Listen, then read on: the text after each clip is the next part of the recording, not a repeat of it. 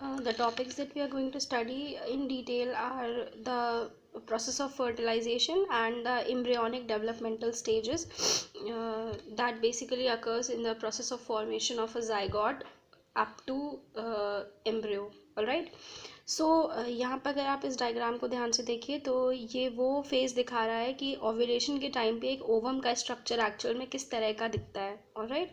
सो ovum का अगर हम स्ट्रक्चर की बात करें तो इसमें जो बेसल इसका न्यूक्लियर रीजन है, it mainly contains the spindle fibre, क्योंकि ये मियोटिक डिवीजन के बाद यहाँ पर एक प्रो न्यूक्लियस के फॉर्म में बन गया है. ऑलराइट.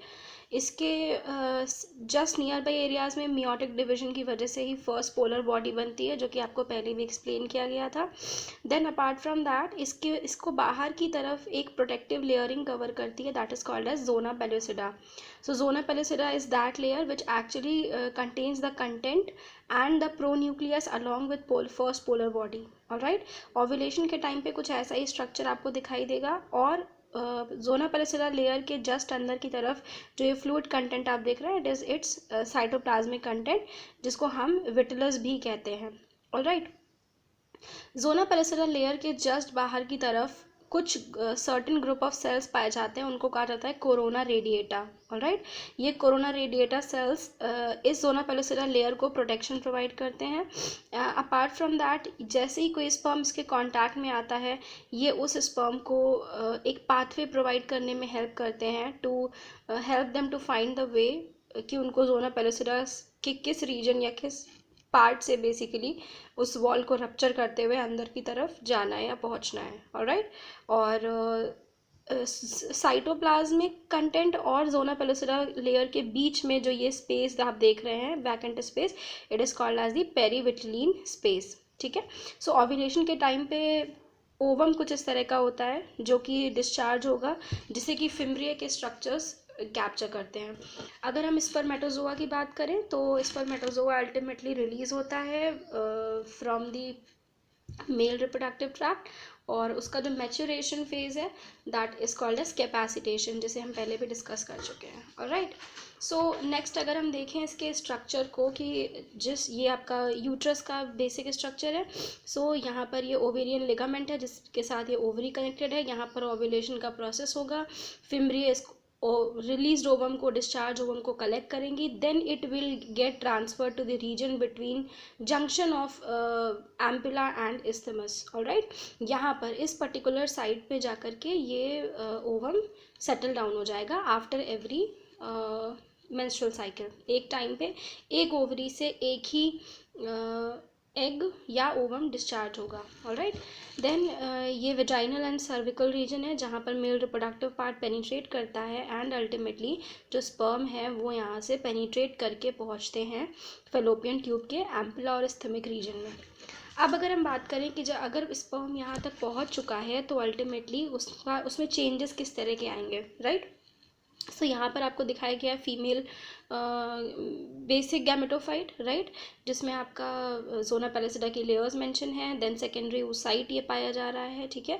और first polar body meiotic division से बनती है. देन धीरे धीरे करके जो सेकेंडरी oocyte है उसमें मियोटिक डिवीजन होगा और स्पिंडल फाइबर्स का फॉर्मेशन होगा.